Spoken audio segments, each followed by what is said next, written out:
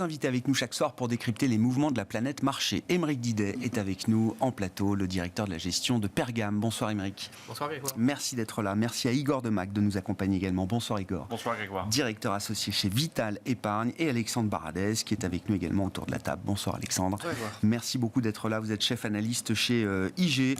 Quelques commentaires peut-être sur alors, ce que j'appelle la normalisation des marchés post-stress bancaire du mois de mars. Les indices actions remontent avec une volatilité qui ne cesse de baisser depuis un mois maintenant. À l'inverse, le marché obligataire corrige un petit peu après le rallye défensif du mois de mars. On voit les rendements longs et courts d'ailleurs qui remontent un petit peu dans une ambiance qui reste extrêmement volatile sur le marché obligataire. Comment on explique un peu ces deux régimes de volatilité, par exemple, Alexandre? C'est vrai que pour le marché action, toutes les grosses phases de stress déjà de l'année dernière, en fait, les répliques de volatilité qu'on avait eues l'année dernière, une partie liée à la normalisation monétaire post-Covid, puis après l'Ukraine, puis la Chine, c'était des zones de volatilité 35-40 qu'on n'a même pas revues là sur la partie du stress bancaire. Donc on voit qu'en fait le pic de stress c'était le Covid, puis ensuite 2022 normalisation, donc des vagues de volatilité moins élevées, et encore maintenant on commence à passer sous 20. 20 c'était vraiment la zone l'année dernière. On se souvient, à chaque fois qu'on passait en dessous, tout de suite ça repartait à 30 et quelques.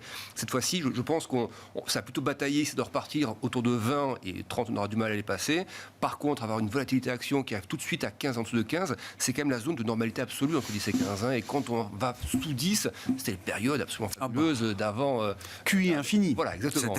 Donc, normalement, la zone sous 15, ça ne doit pas être revue trop rapidement non plus. Or là, on est effectivement dans des zones déjà en dessous de 17. Donc c'est vrai que là, on a l'impression que plus personne ne se couvre vraiment sur un risque. Et vous l'avez dit, il y a quand même une chose qui réémerge depuis quelques semaines, même quelques jours presque, la question des taux.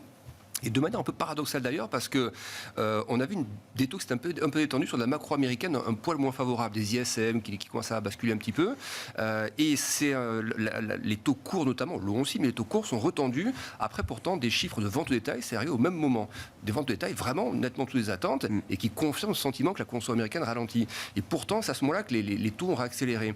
Et finalement, on a l'impression que ce thème des taux courts, il est quand même un peu, il vient d'être consolidé aujourd'hui. Alors, en Europe, mais par l'inflation britannique, par exemple, cette inflation à 6,2 corps qui persiste, l'inflation globale à nouveau, enfin toujours au-dessus de 10, pardon, l'inflation corps américaine aussi. Donc on a quand même cette impression que la partie corps va être dure, enfin pas dure à extraire complètement, mais que il va falloir y aller pendant quelques mois encore. Donc une Fed qui n'a pas de quoi pour l'instant changer son fusil d'épaule.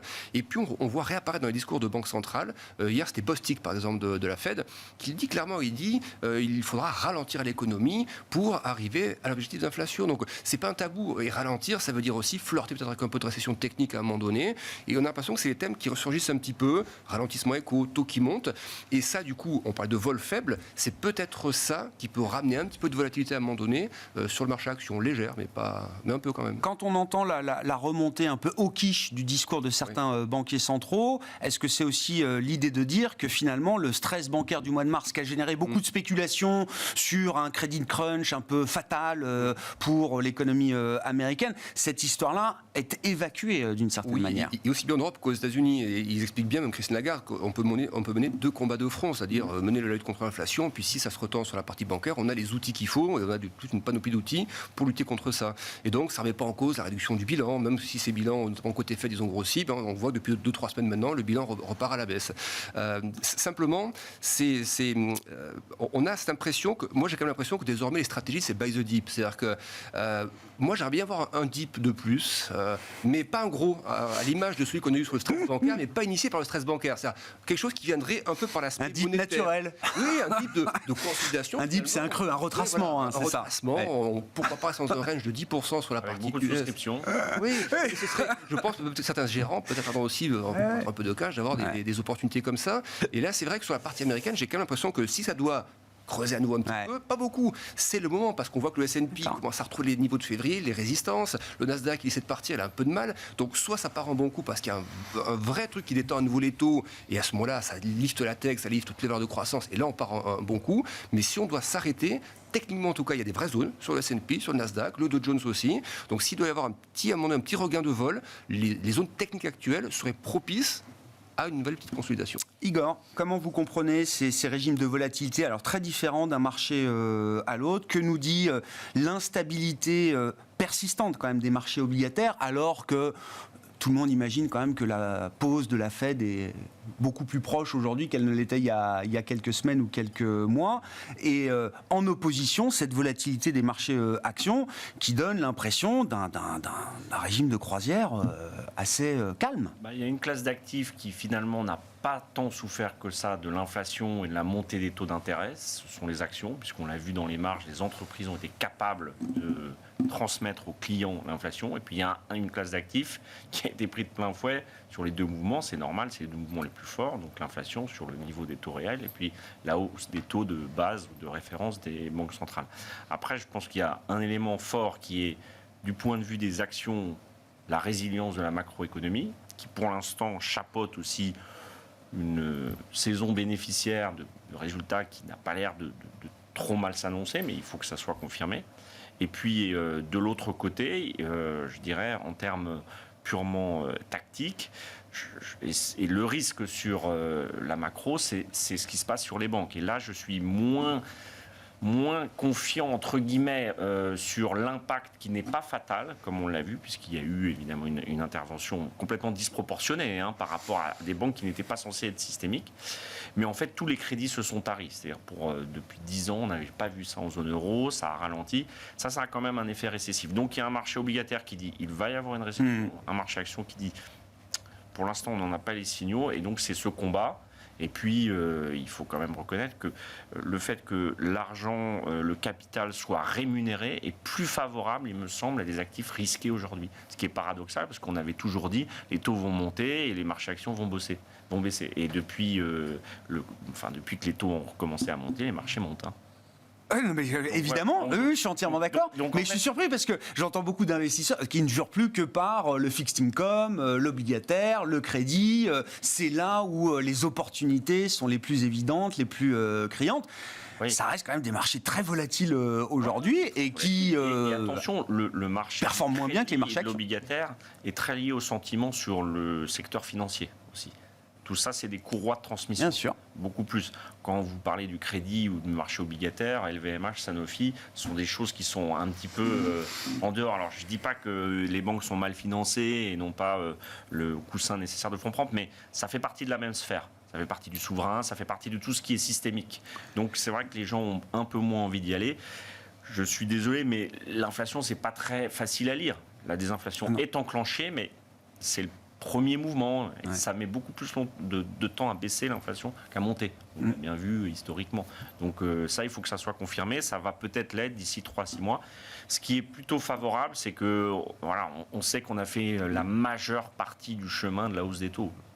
Est-ce qu'on en a fait 80, 90%? C'est un peu la question. C'est pour ça que les marchés obligataires sont très sensibles. Mais je pense qu'il y a aussi une peur du risque de défaut systémique qu'on n'aurait pas vu. Parce que quand même, SVB, personne ne l'avait vu. Non. Et l'histoire n'est pas finie. Britanniques en septembre, c'est aussi apparu comme en 15 jours, le monde a tremblé. Donc, ça veut dire que le système, et je souscris tout à fait à cette analyse, c'est que dès lors qu'on touche 10-15 sur la vol action, c'est quand même des niveaux de quantitative easing gigantesques. D'accord. Quel qualificatif on met là-dessus? Complaisance à 15 sur la vol?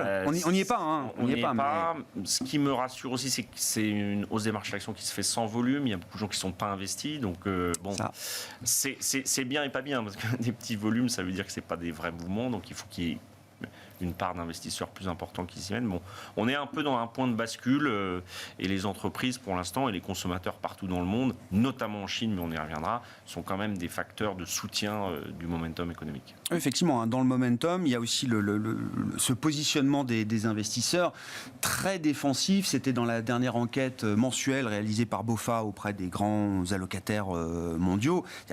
La détention des actions par rapport aux obligations dans les grandes allocations n'a jamais été aussi basse que depuis mars 2009. Ce qui fait dire que, attention, si la récession ne se matérialise pas comme le positionnement l'attend, il y a un risque d'être pris à contre-pied à nouveau. C'est clair. Mais clairement aussi, il faut rappeler que l'obligataire dans sa globalité était peu représenté aussi avant dans les allocations d'actifs parce qu'on avait des taux qui étaient tout en bas et le risque n'était absolument pas rémunéré dans les placements obligataires. Donc aujourd'hui, on a une classe d'actifs, aussi bien sur le high yield que l'investment grade ou même le monétaire, qui aujourd'hui offre une investissabilité, si on peut dire, bien plus importante que par le passé. Donc c'est normal de l'avoir plus représenté aujourd'hui. Et donc quand on réinvestit dans cette classe d'actifs, forcément, on baisse également son allocation d'actifs sur les actions. Alors aujourd'hui, évidemment, le fait d'avoir autant réinvesti dans le marché obligataire, parce que mine de rien, on regarde la collecte qui a été faite sur cette classe d'actifs, elle est énorme. Elle s'est faite aussi au détriment de la classe d'actifs actions, et on aura beaucoup plus de mouvements de balancier entre les deux classes d'actifs, à mon avis, dans l'avenir. Mais c'est quand même extrêmement sain comme process. Ça veut dire qu'il y a eu un transfert de valeur.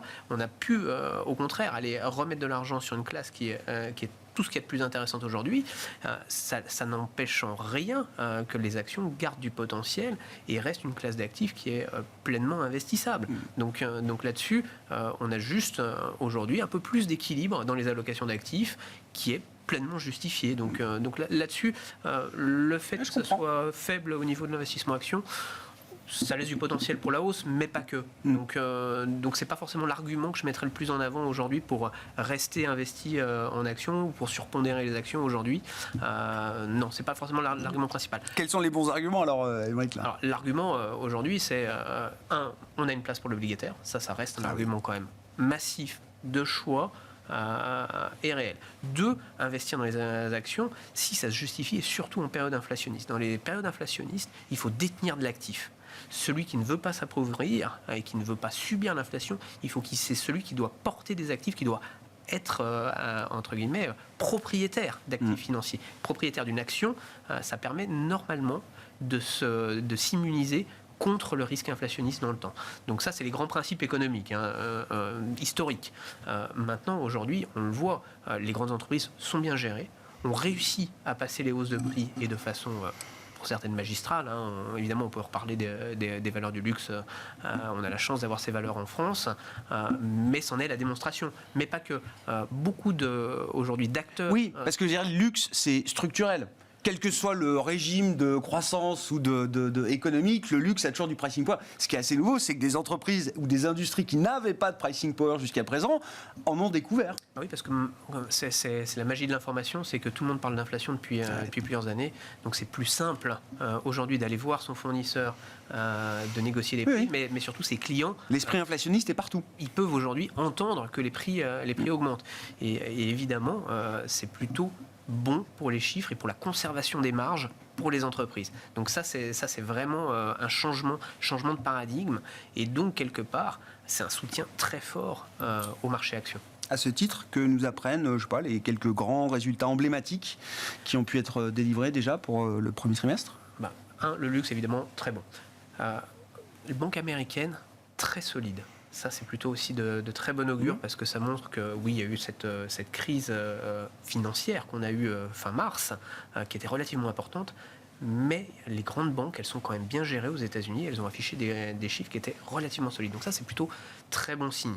Donc là-dessus, on est plutôt serein. Tech, on va faire attention, on le voit avec ce matin les chiffres d'ASML, très bons, mais perspectives sur les carnets de commandes, sur la croissance des prises de commandes, assez légères. Et ça, c'est étonnant. Donc ça, c'est les premiers signes qui doivent alerter.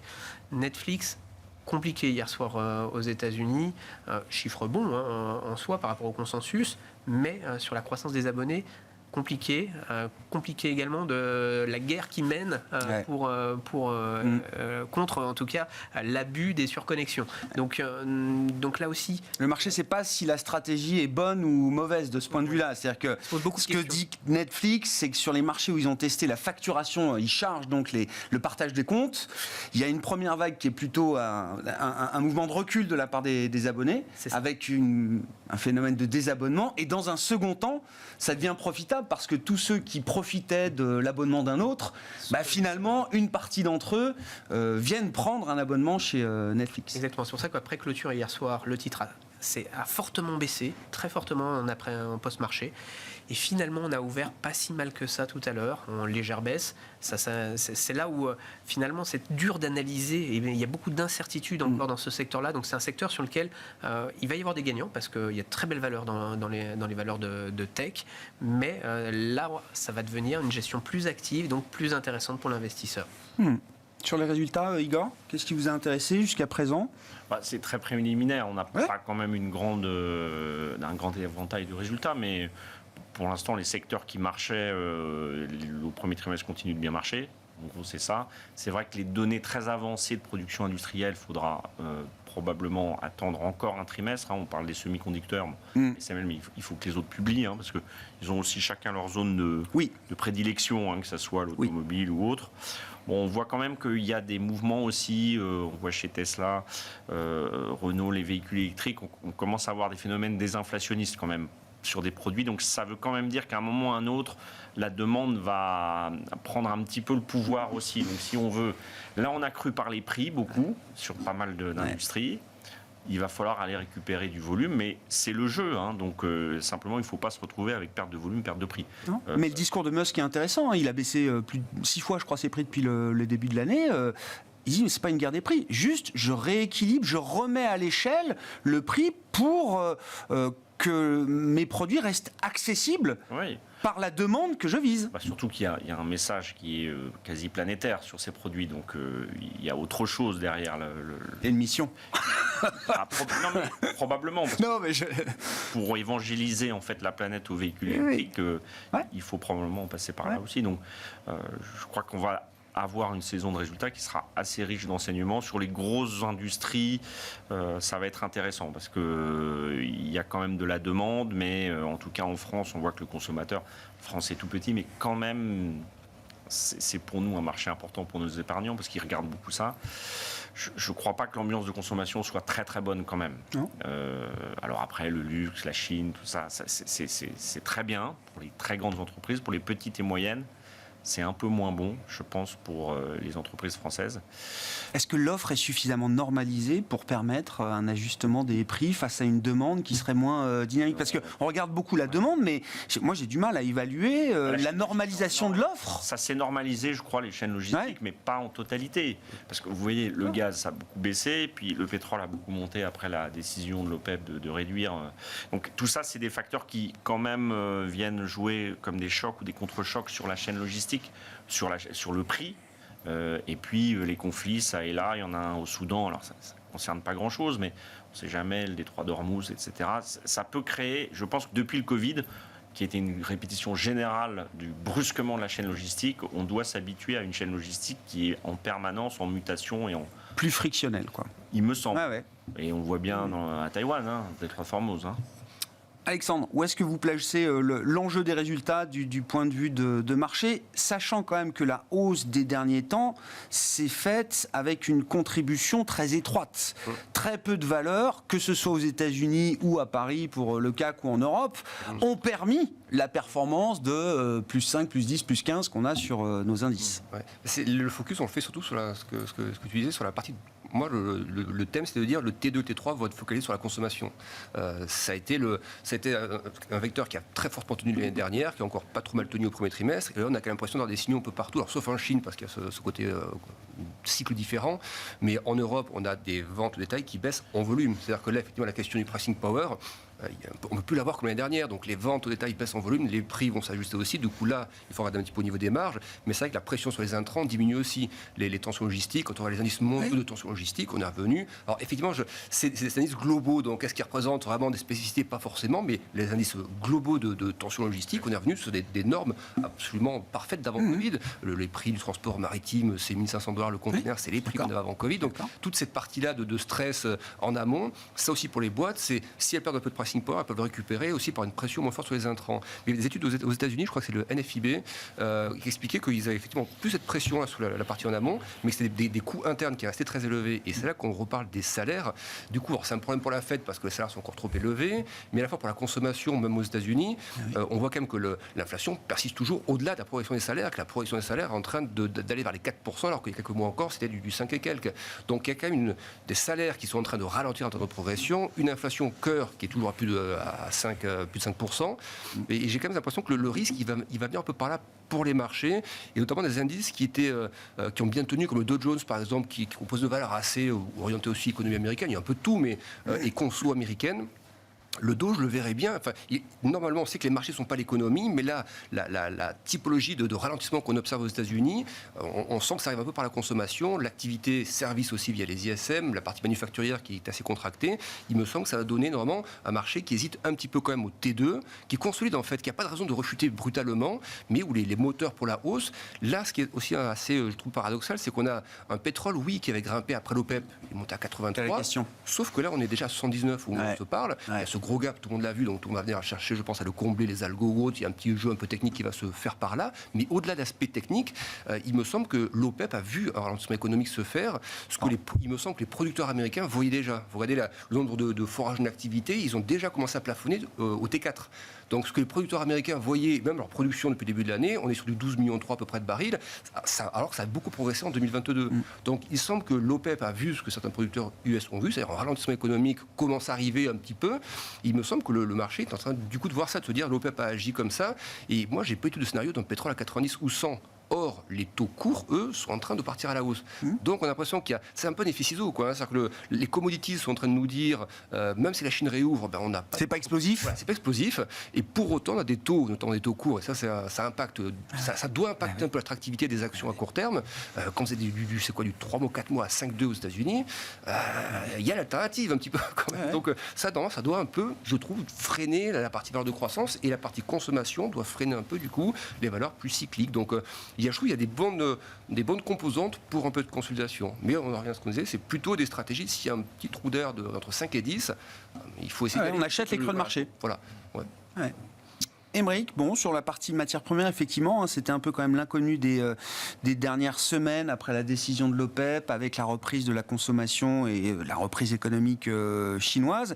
Et puis, il y a la question de la divergence Fed-BCE également sur le plan monétaire. La BCE est en retard, mais va devoir rattraper pendant plus longtemps justement son retard par rapport à une Fed que tout le monde voit en pause, peut-être au-delà de la prochaine décision du mois de mai. Alors tout le monde pas forcément, puisqu'on a vu M. Bullard encore hier soir nous faire un petit commentaire classique, comme quoi il était favorable à la poursuite d'une forte hausse de taux. Donc la Fed, il va y avoir encore des discussions au prochain conseil de la Fed, très clairement. Mais on imagine quand même plutôt une Fed arriver sur la fin de son cycle de resserrement, qui s'est quelque part, pour le moment en tout cas, toute chose égale par ailleurs, très bien passé. Si on prend un tout petit peu de recul par rapport à tout ça, l'emploi reste quand même solide. La consommation, certes, peut ralentir. Mais on est quand même sur des niveaux de consommation aux États-Unis très importants. Entièrement, avec certes quelques petits problèmes bancaires. Faut pas c'est quand même lié à ces resserrements monétaires. Mais dans l'ensemble, l'économie américaine a subi ce choc qui est un choc historique. Oui, bien sûr. Donc là, pour le coup, ça s'est plutôt bien passé. La Banque Centrale Européenne, elle apprend, ça c'est la bonne nouvelle. Madame Lagarde commence à apprendre qu'on peut faire deux choses à la fois. Elle avait eu un peu de mal au début quand elle avait repoussé les premières hausses de taux en disant on n'a pas fini nos premiers programmes, il faut attendre, et puis après on montera les taux. Là maintenant, elle a compris qu'on pouvait continuer à monter les taux, et si jamais il y a un problème, notamment dans le secteur financier et bancaire, on pourra également agir en même temps. Donc ça, c'est plutôt très positif. Et ça, c'est de bon augure, parce que là encore, l'économie en Europe, finalement, a bien réagi par rapport à l'environnement de hausse de taux qu'on a connu. Finalement, l'emploi n'est pas si mauvais que ça. Je mets l'Angleterre de côté, parce que l'Angleterre, depuis le Brexit, est quand même des facteurs très compliqués à gérer, et va être une très zone spécifique, très très complexe, parce que l'énergie, c'est très impactant pour eux, les taux d'intérêt, c'est très impactant dans l'immobilier résidentiel. Donc je mets vraiment l'Angleterre de côté, mais en Europe, zone euro, ça s'est plutôt relativement bien passé, y compris pour le moment pour la consommation. Donc plutôt assez serein par rapport à ça. Ça durera peut-être un peu plus longtemps, on ira peut-être moins haut qu'aux États-Unis. Ça, c'est plutôt aussi une bonne nouvelle. Il n'y aura peut-être pas besoin de monter les taux aussi haut. On a une inflation qui continue de baisser également en Europe, donc qui prend les mêmes trajectoires de baisse. Donc là encore, de la désinflation qui, pour le moment, s'organise plutôt bien. Donc plutôt des bonnes nouvelles de ce côté. Est-ce que cette séquence de divergence entre une Fed qui serait proche d'une pause et une BCE qui devrait continuer encore un peu au-delà, est-ce que c'est déjà dans les prix de marché, sur l'euro-dollar, sur les spreads, les écarts de taux entre les États-Unis et l'Europe? Là encore, ça se passe bien, parce que finalement, quand on regarde l'euro-dollar depuis le début de l'année, oui, on est revenu vers les indices, mais on est à quoi, 2,5-3% de variation sur la parité euro-dollar, sur ce change-là. Donc finalement, on n'a pas eu une volatilité excessive sur cette parité-là. On est allé voir, certes, un peu plus bas sur l'euro, à 1,05, 1,04. On est remonté à 1,10. Mais au final, si on fait le cycle entier, depuis le début de l'année, il n'y a pas non plus de grosses variations. Et pourtant, il y a eu des différences de variation sur les politiques monétaires assez fortes. Il y a eu une crise financière, bancaire, pardon. Donc finalement, ça se tient. Encore une fois, c'est plutôt bon signe de voir que la transmission de la politique monétaire, quelque part, arrive clairement dans une économie qui peut la subir et qui l'absorbe très très bien. Donc ça, c'est vraiment plutôt des facteurs positifs. Alexandre, sur le dollar, il y a des raisons techniques peut-être d'imaginer que la baisse du dollar puisse continuer face à certaines devises? Je le pense, mais je verrai ça après une phase que je trouverais saine maintenant et qu'on voit peut-être réapparaître un peu depuis quelques jours, le dollar qui se renforce un petit peu, donc on voit les métaux, l'or qui relâche un petit peu. C'est bien que ça accompagne le rebond des taux US, et c'est le pattern qu'on avait en 2022, taux qui monte, dollar qui monte et marché action qui baisse. Là, on a un petit peu ça. Alors, on ne voit pas sur la vol des actions, mais on a des marchés américains qui sont un peu flottants comme depuis 2-3 jours. Et je pense qu'il y aurait un peu de terrain là pour les semaines à venir. L'eurodoll qui tape un 10, pourquoi pas se battre entre un 0,5 et un 10, un petit range qui, voilà, comme tu disais, qui n'est pas très important. Mais je pense quand même que derrière, la phase qu'il faut jouer sur même la livre par rapport au dollar, les crosses orientés sur la Chine, dollar australien, etc., par rapport au dollar, je pense quand même on a du potentiel de reprise derrière dans cette phase de normalisation, encore une fois, post-Covid. Et puis parce que la Fed, effectivement, où on est au taux terminal, où on le sera au mois de mai, et derrière le pilotage du bilan, ça peut être un peu plus cool. Donc je ne vois pas de raison pour que le dollar se raffermisse à nouveau très fortement, mais ce serait bien, et que les marchés actions aient la même rythmique. Il y a bien d'une consolidation, voilà, c'est ce que vous nous dites. Ouais. Mais si elle n'est pas là, attention, il faut quand même, je pense qu'il faut se prévoir qu'elle puisse ne pas arriver. Donc je suis quand même plutôt bullish sur les crosses dollars, c'est-à-dire long eurodoll, long libra-doll, etc. La consolidation, c'est un petit luxe, on arrive à l'avoir pour acheter un peu moins cher, voilà. Mais je ne pense pas qu'il faille pricer à nouveau un eurodoll à la parité, ça je ne vois pas de raison pour ça. Igor, si vous avez des commentaires sur ces considérations, Fed, BCE, euro-dollar, puis je voulais qu'on puisse parler du Japon avec vous, puisque c'est un sujet qui vous intéresse. Oui, alors, sur les banques centrales, moi, j'aime pas trop parler à leur place, parce que c'est quand même un sujet assez complexe.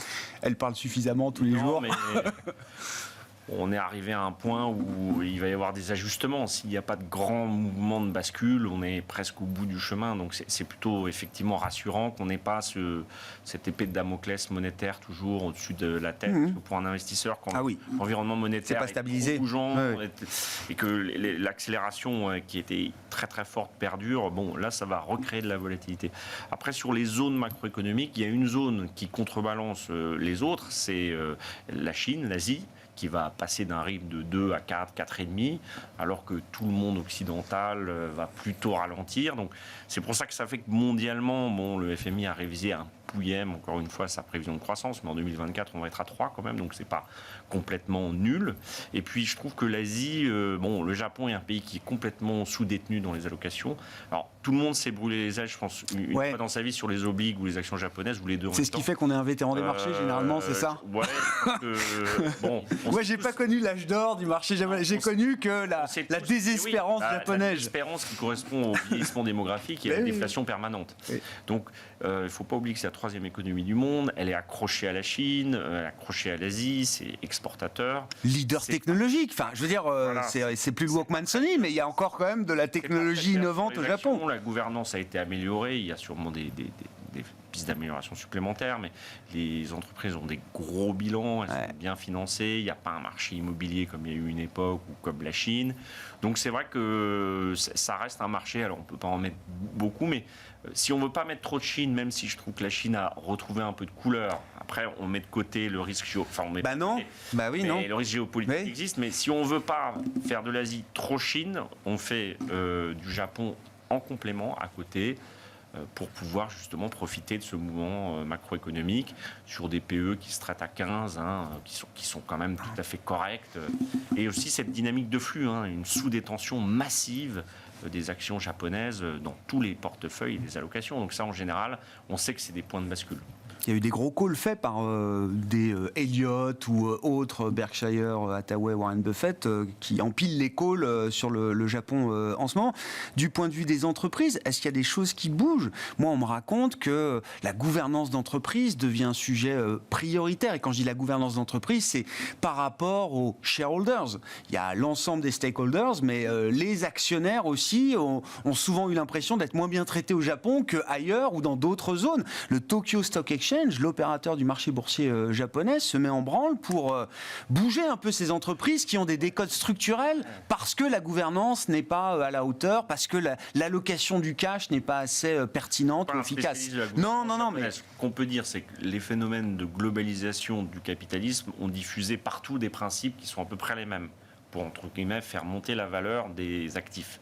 Et puis la deuxième chose, c'est que le Japon, ça a été un laboratoire, mais Émeric le disait, mais le vieillissement démographique leur impose d'agir quand même pour ne pas finir avec une population qui est dans l'attrition, et donc il y a toujours des difficultés pour faire venir de la main-d'œuvre étrangère, mais pour faire venir des gens même pour travailler en tant qu'expatriés, il faut une gouvernance qui leur convienne.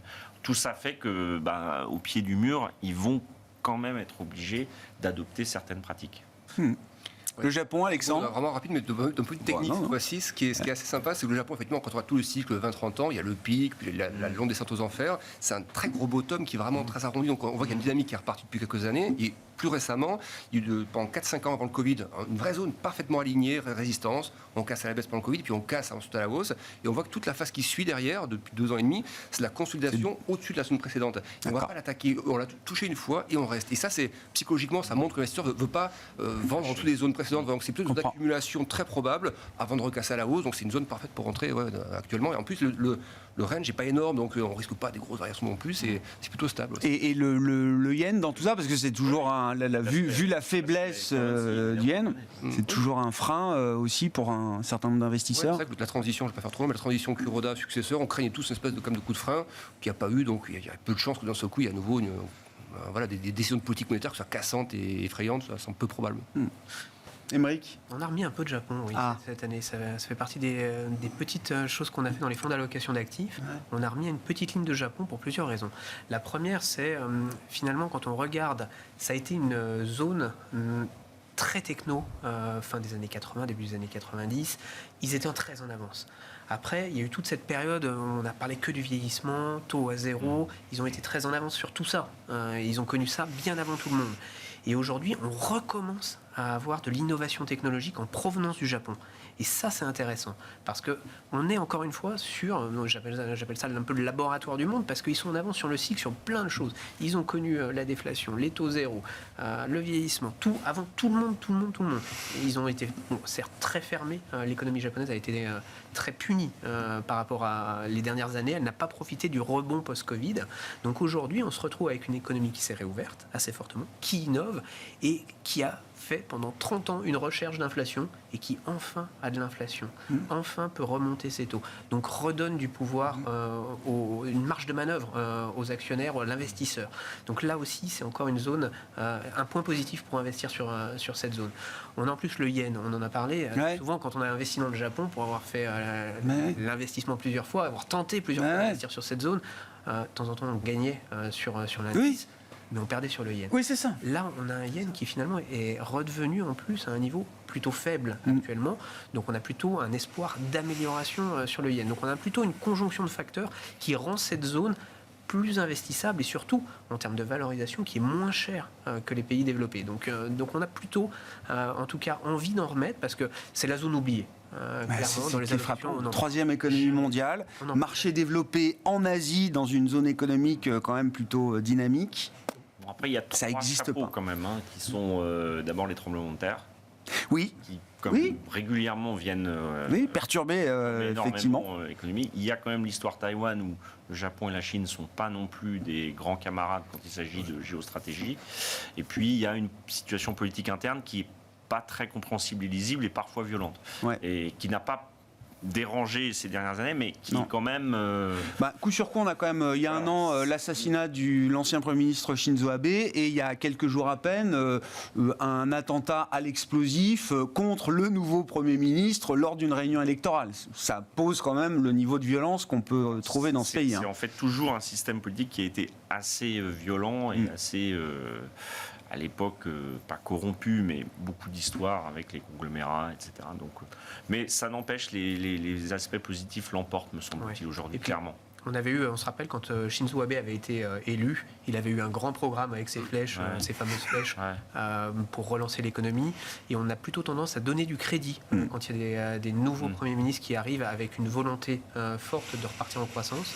Donc ça, c'est un autre point. Et puis, en effet, il y aura peut-être une gouvernance qui est en train de s'améliorer là-bas, ça on le sent. Il y a beaucoup de sujets au Japon sur l'actionnariat, sur les dividendes. Il y a très peu de rendement pour l'actionnaire. C'était pas une priorité jusqu'à présent pour les management. Ils évoluent. Et je pense qu'aujourd'hui, ils évoluent dans le bon sens et c'est pour ça que cette zone, à mon avis, est une zone oubliée mais investissable pour l'avenir. Je disais qu'il y avait plus de 50% des sociétés du Topix qui se traitaient sous la book value. Voilà. Ça a été pire, je crois, dans le passé, peut-être jusqu'à 70%, mais par rapport à un marché américain, où en comparaison, c'est 3% des sociétés du marché américain qui se traitent sous la book value. C'est pour ça que pour monter le grand écart. Dans une allocation d'actifs, on peut réinvestir en obligataire, on peut réinvestir sur d'autres zones. Ça donne une quantité de choses à faire et de potentiel pour l'investisseur qui est beaucoup plus ouvert que ce qu'on a eu ces dernières années. Et c'est ça qui redonne de l'intérêt, en tout cas, sur l'allocation d'actifs. Igor, l'équilibre là Ça redonne de l'intérêt aux actifs financiers liquides cotés sur des marchés réglementés. À l'inverse, on avait vu le rapport de la BCE récent sur les fonds immobiliers. Je pense que la partie qu'il faut non pas éviter mais minorer dans les allocations, c'est tout ce qui est non coté, actifs privés, private equity qui serait trop leveragé, c'est-à-dire avec trop de dettes. Et là, on sent que... Pourtant, il y a déjà des de-rating massifs sur des portefeuilles d'actifs privés. Oui, mais sur l'immobilier, ça n'a fait que commencer aussi, en tout cas en Europe. Aux États-Unis, le chemin est un peu plus avancé. Donc, je pense toujours des actions. Partout dans le monde, il y a des zones de valeur. C'est la première fois. Et partout dans le monde, il y a des taux d'intérêt qui sont plus avantageux qu'avant. Le dernier pays étant le Japon, mais c'est tellement bas. Oui. Mais voilà, donc il y a beaucoup de choses à faire. Malheureusement ou heureusement, quand il y a des conflits, de la volatilité, c'est plutôt la volatilité est l'ami du gérant, l'ennemi du client, enfin l'ennemi entre guillemets apparent du client, mais ça donne quand même des opportunités d'investissement. Et donc je pense qu'il faut quand même rester sur les actions. Ça serait bien d'avoir une petite baisse, c'est vrai. Un mot pour finir avec vous, des enjeux du moment, avec une journée d'échéance vendredi également, peut-être. Un peu technique, mais c'est vrai que la grosse actu, c'est quand même les résultats. Là, on va voir les grosses valeurs tech qui vont commencer à annoncer. On va surveiller aussi la partie alphabet par rapport à l'intelligence artificielle. Il y a des gros enjeux, les guidances du coup. Guidance va être important, je trouve, cette fois. Elles sont toujours, mais cette fois-ci, elles ont un rôle particulier. Le buzzword du moment, c'est intelligence artificielle, quoi. Ouais, et puis voir, c'est tectonique. Donc, Microsoft qui monte en puissance, Alphabet qui est menacé. Voilà, c'est des grosses rotations qui sont possibles. Et puis, il y a un petit truc aussi qui aujourd'hui qui est peut-être passé un peu inaperçu, c'est des data hebdomadaires, mais on reparle un peu de l'immobilier américain. On voit que les taux de crédit ils sont repartis. On voit que les demandes, il y a un gros fléchissement hebdo, là, moins 8 ou moins 10, je crois, alors qu'il y a eu un petit rebond.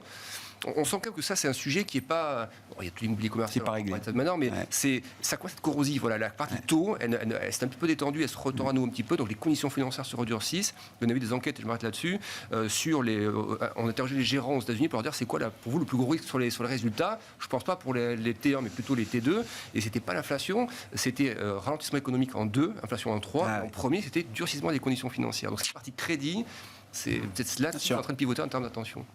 On suivra ça avec attention dans la perspective des prochaines réunions de politique monétaire, 2 et 3 mai pour la Fed et 4 mai dans la foulée pour la Banque Centrale Européenne. Merci à vous trois, merci d'avoir été les invités de Planète Marché. Alexandre Baradez, IG, Igor Demac, Vital Épargne et Aymeric Didet, Pergame, qui était avec nous en plateau.